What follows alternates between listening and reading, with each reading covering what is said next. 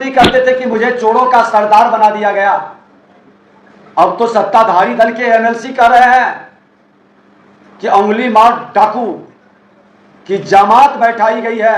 अपराध भ्रष्टाचार पर भी आपका जवाब नहीं है। चार्जशीटेड उप मुख्यमंत्री पर भी आप कोई जवाब नहीं दे पा रहे हैं। निर्लज्जता के साथ सत्ता में कुर्सी के लिए समझौता कर ले, ये बिहार के लोकतंत्र की धरती की, यहाँ की जनता की अपमान है। ये पूरी तरह से अराजकता का माहौल है। इस अराजकता के वातावरण में सरकार अब एक दिन भी चलना बिहार की जनता के साथ अपमान है। जिन पर चार्जशीटेड उप मुख्यमंत्री पर आपको निर्णय करना होगा, निर्णय आपको करना है। समय आपके पास बहुत कम बचा है। थोड़ी सी भी नैतिकता बची होगी तो मुख्यमंत्री जी को आज हमने जो प्रश्न पूछा है उसका जवाब देना होगा। सत्ता के लिए समझौता, 50% कमीशन खोर और हिस्सेदारी के लिए समझौता, या थोड़ी सी भी नैतिकता बची है तो सरकार में ऐसे भ्रष्ट लोगों को बाहर का रास्ता दिखाने की हिम्मत जुटानी होगी।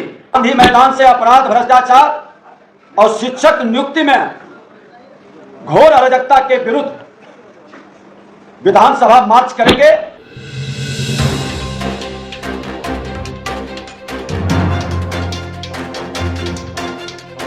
बिहार के अंदर जिस तरह से अराजकता का माहौल और जून माह इस अराजकता के चरमोत्कर्ष पर पहुंचा, ट्रांसफर पोस्टिंग के नाम पर रणनीति के तहत मनचाहा पोस्टिंग डाक बुलवाकर दिया गया और इसका परत दर परत रिजल्ट भी अब सामने। और प्रशासनिक सेवा के स्तर के अधिकारी का है। आरडीडी पद का प्रभार विभिन्न जिलों में कनीय शिक्षा पदाधिकारी को दे दिया गया। यह सब आप ही लोगों के माध्यम से आ रहा है, जांच के क्रम में निकल रहा है। स्वास्थ्य विभाग में जो ट्रांसफर पोस्टिंग हुआ 48 घंटे के अंदर, उसको रद्द किया गया। बताना चाहिए क्या कारण था। ग्रामीण विभाग, ग्रामीण कार्य विभाग और ग्रामीण विकास विभाग के अंदर भी जो खेल हुआ है सबको मालूम है। समाज कल्याण विभाग में तो पूरी कंपटीशन ही डाक बोली का लगाया गया। राजस्व भूमि सुधार में ट्रांसफर पोस्टिंग में जिस तरह से खेल हुआ, मुख्यमंत्री जी मौन क्यों है। आज विधानसभा के अंदर भी विपरीत विभिन्न पदों पर प्रोन्नति दी गई नियम के विरुद्ध। आज ये तमाम विषय पर सरकार को उच्च स्तरीय जांच करानी चाहिए, क्योंकि आज उसी का खामियाजा विभाग और बिहार की जनता भुगत रही है। सत्ता सेवा के लिए होता है और सत्ता में मेवा के लिए जिस तरह से आपस में भिड़ंत हो रही है, विधायिका और कार्यपालिका की टकराहट जिस रूप में प्रकट हो रहा है। पहले तो पूर्व मंत्री कहते थे कि मुझे चोरों का सरदार बना दिया गया। अब तो सत्ताधारी दल के एमएलसी कह रहे हैं कि उंगली मार डाकू की जमात बैठाई गई है, जो लूटता है और अपने को संत कहने वाले उसको संरक्षित करते हैं। इतनी बड़ी आरोप के बाद भी मुख्यमंत्री मौन है।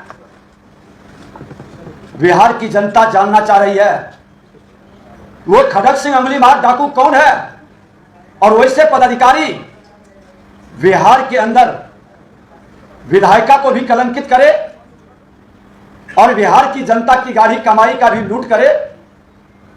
यह विपक्ष के नेता के नाते मैं सरकार से पूछना चाहता हूं कि जब सत्ताधारी दल के लोगों का आप पर विश्वास नहीं रहा,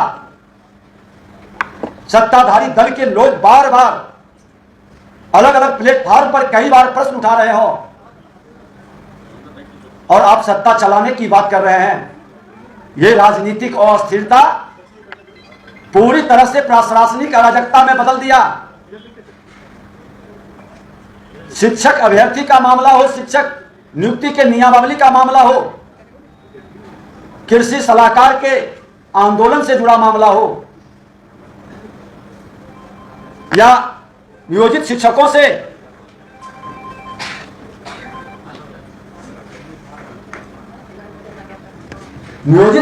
जुड़ा मामला हो, वित्तरहित शिक्षकों से जुड़ा मामला हो, मुख्यमंत्री जी आप मौन क्यों हैं? अपराध भ्रष्टाचार पर भी आपका जवाब नहीं है।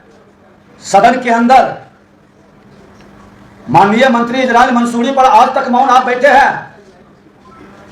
चार्जशीटेड उप मुख्यमंत्री पर भी आप कोई जवाब नहीं दे पा रहे हैं। आप वही मुख्यमंत्री नीतीश कुमार है ना, जो सिर्फ नाम आने पर, यहां के पूर्व मुख्यमंत्री को एफआईआर में नाम आने पर माननीय जीतन राम मांझी जी को मंत्री का पद छोड़ना पड़ा, पूर्व मंत्री आनंद सिंह को पद छोड़ना पड़ा। अभी हाल फिलहाल राजद के एक अगड़े समाज के सिंगल मंत्री थे, एक खास समाज के कार्तिक सिंह को भी हटाए, लेकिन उप मुख्यमंत्री पर मौन क्यों है? क्यों इतने लाचार बेबस है? सत्ता के लिए आखिर कितना समझौता आप करेंगे? भ्रष्टाचार पर जीरो टॉलरेंस, कहां गई नैतिकता?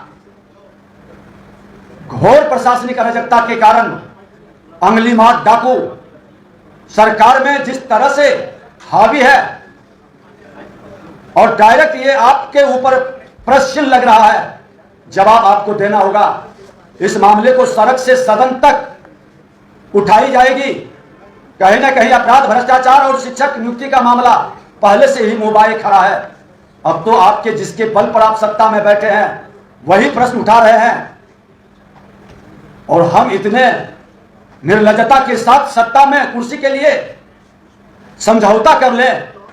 ये बिहार के लोकतंत्र की धरती की, यहां की जनता की अपमान है। राजनीति सेवा के लिए है, मेवा खाने के लिए नहीं। और इस तरह का समझौता का जवाब देना होगा।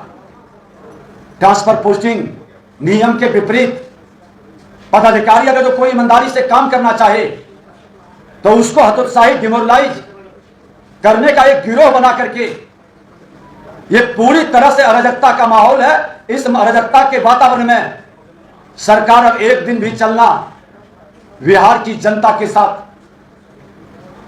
अपमान है, अराजकता को बढ़ावा देना है, और कहीं ना कहीं भ्रष्टाचार को पोषित करने का अपनी अक्षमता और लाचारी दिखाने वाले मुख्यमंत्री जी, आपको जवाब देना होगा। सदन शुरू होने के पहले जिन पर चार्जशीटेड उप मुख्यमंत्री पर आपको निर्णय करना होगा, या तो भ्रष्टाचार पर जीरो टॉलरेंस की बात से हटना होगा आपको, और नहीं तो भ्रष्टाचारी को हटाना होगा। निर्णय आपको करना है। समय आपके पास बहुत कम बचा है, और जिस तरह के सवाल सत्ताधारी दल के लोग उठाए हैं उसको विपक्ष के नाते हम इग्नोर नहीं कर सकते। गंभीर विषय है, इस पर जवाब देना होगा।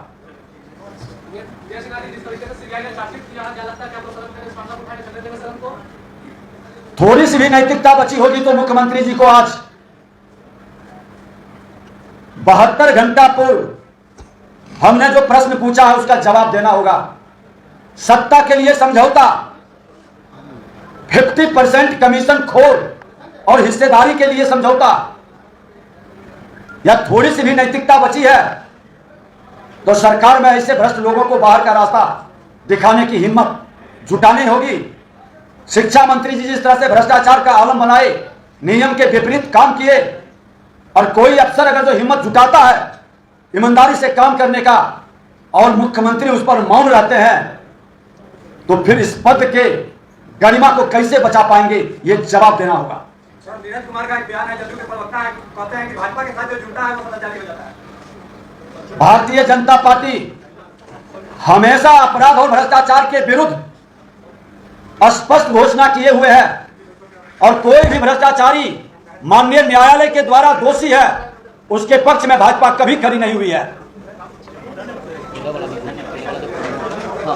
और 13 तारीख को भारतीय जनता पार्टी विधानमंडल दल के सभी सदस्य और भारतीय जनता पार्टी हम लोग गांधी मैदान से अपराध भ्रष्टाचार और शिक्षक नियुक्ति में घोर अराजकता के विरुद्ध विधानसभा मार्च करेंगे, और सदन के अंदर मुख्यमंत्री जी जब आपके सहयोगी सत्ताधारी दल के लोग ही विश्वास नहीं कर रहे तो आप सदन में चलाने की हिम्मत कैसे जुटा पा रहे हैं? किस नैतिकता के आधार पर सदन में आप विपक्ष को फेस करेंगे, यह भी बताना होगा।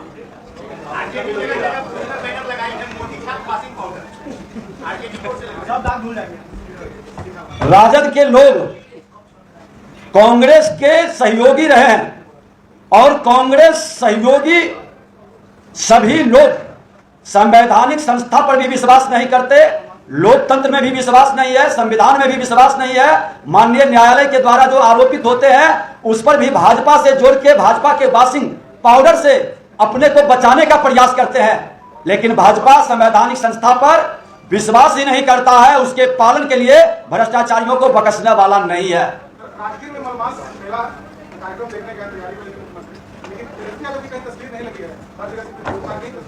अब लोग तो चर्चा कर रहे हैं कि तेजस्वी यादव जी नगर नरक बन गया, पूरा स्वास्थ्य विभाग का बदहाल स्थिति है। आज तटबंध से लेकर के बाढ़ की वातावरण बन रहा है, आपदा का मामला है, कई गंभीर संकट, प्राकृतिक और जन समस्याओं को लेकर के गंभीरता नहीं दिखाकर विदेश में बहुत आवश्यक किस कार्य से लगे हुए हैं। ये बड़े भाई जो राजनीति में अपनी भूमिका और सक्रियता दिखाने के लिए बेताब है, श्रीमान लालू प्रसाद यादव को बताना चाहिए। और मुख्यमंत्री जी की लाचारी और बेबसी और मौन बता रहा है कि बिहार पूरी तरह से अराजकता का शिकार है। बहुत धन्यवाद।